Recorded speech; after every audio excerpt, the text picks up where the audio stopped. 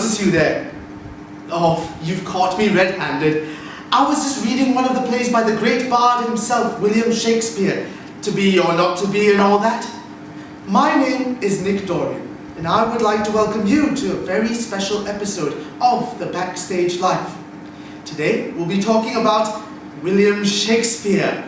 So, wherever you are, be it in your homes, in your office, or in a theatre, enjoy yourselves, get comfy, and enjoy the show.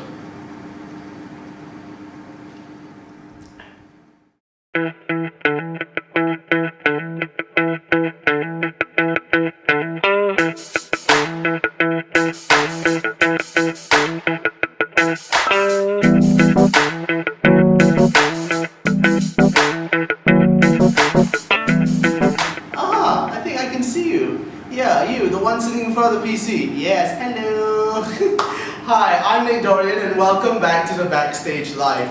We are now in episode 6, which, like I said before, is a very special episode because we will be talking about the bard himself, William Shakespeare. Yes, as you may or may not know, next month is the start of the World Shakespeare Festival. Now that kicks off in England with the first play, The Comedy of Errors, opening on the 16th of March at the Royal Shakespeare Theatre in Stratford-upon-Avon itself. Yes, the very birthplace of Shakespeare. That's where it all kicks off. Now, not to be forgotten, Malaysia has a couple of things planned, well, not specifically for the World Shakespeare Festival, but there is Shakespeare nonetheless. Now, the first thing that's happening is Shakespeare on Film Season 6. Now, this is the 6th time that this kind of thing has happened in KLPAC, in Indisini. What usually happens is they screen a whole bunch of films that have been adapted from Shakespeare's scripts. And happening in the next couple of weeks is Julius Caesar and my personal favourite, Macbeth.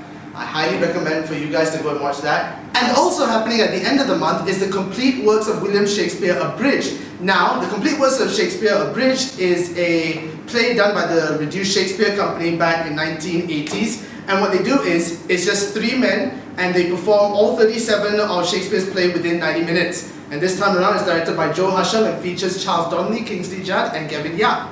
Now, are you between the ages of 16 to 25 and want to act? If so, the T4IP auditions is right up your alley, yes. The Theatre for Young People. They are a group of people set up by Chris Ling, which both me and Sharon Lam, who unfortunately isn't here, have both been part of. She T4IP 08, I'm T4IP 09.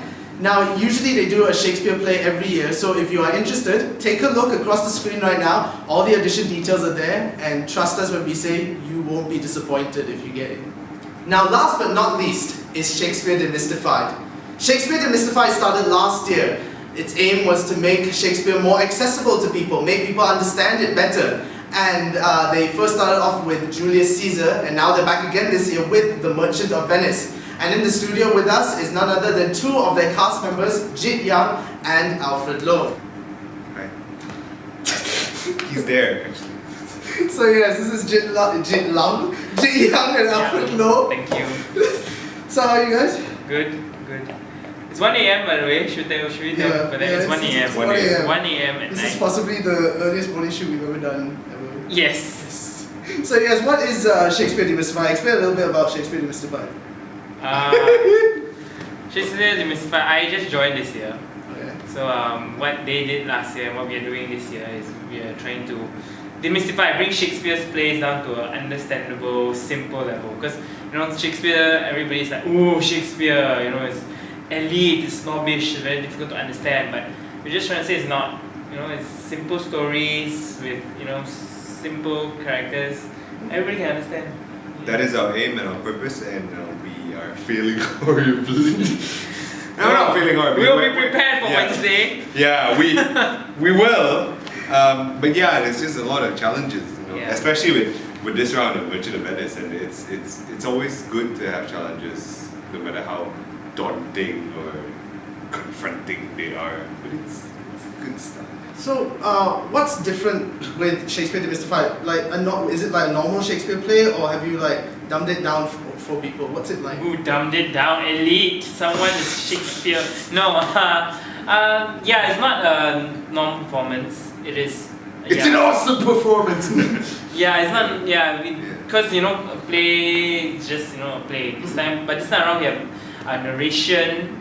Everything is brought down to a very simple scale, like costume, everything is bare minimal, set is bare minimal, lights is like just one lighting state throughout the entire thing.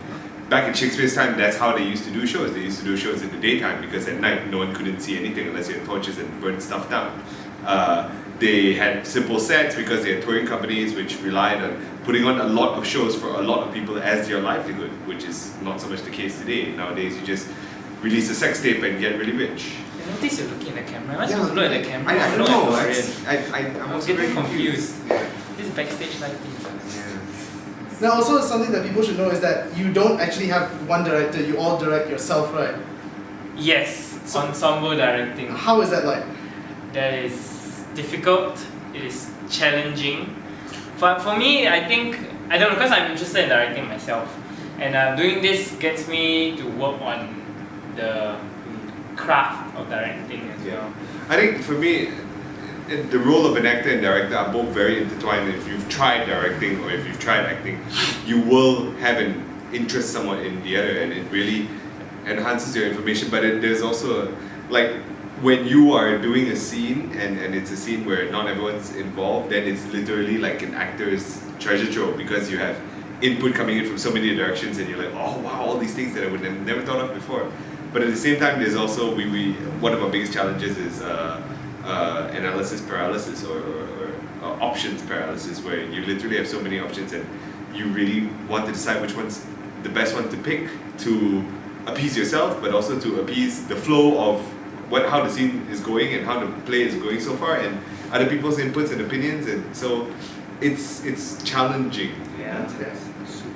So when is the show?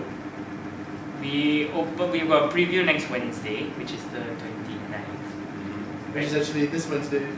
This Wednesday, yes. Sunday. Since you're a stickler for AMs. Yes, Sunday. It's Sunday, So 1 it's AM. this Wednesday, 29th till the 3rd, right? Yes. 29th, 1st, 2nd, 3rd. And in the city at Calvet, right? Yes. Then we're going to Penang the week after that. So just sum up in like one sentence, why should people come and watch Shakespeare Demystified? I think people should come watch because it is both educational, hopefully, and entertaining as well. And also features very good looking people. Thank you, Jit Yang and Alfred Loh for gracing us today with your beauty. But I'm not yes, talking about myself. thank you so much for coming on the show. Thank you so much. Thank you. And now, in our usual fashion, why don't you take a look at what's going on in the next 2 weeks?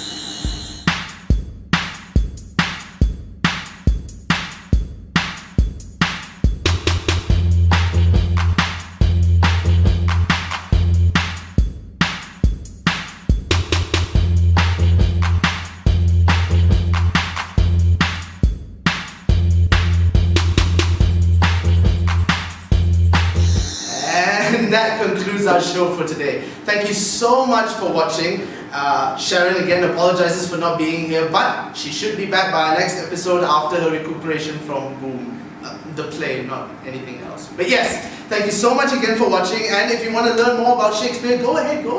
Learn as much as you can. Shakespeare's a wonderful figure. We all should learn about him. But yes, and don't forget also the T4YP auditions. Anyone between the ages of 16 to 25, please go. It's a wonderful opportunity and I guarantee you will not regret it. So, until next time, farewell, merry gentlemen. Take care, guys.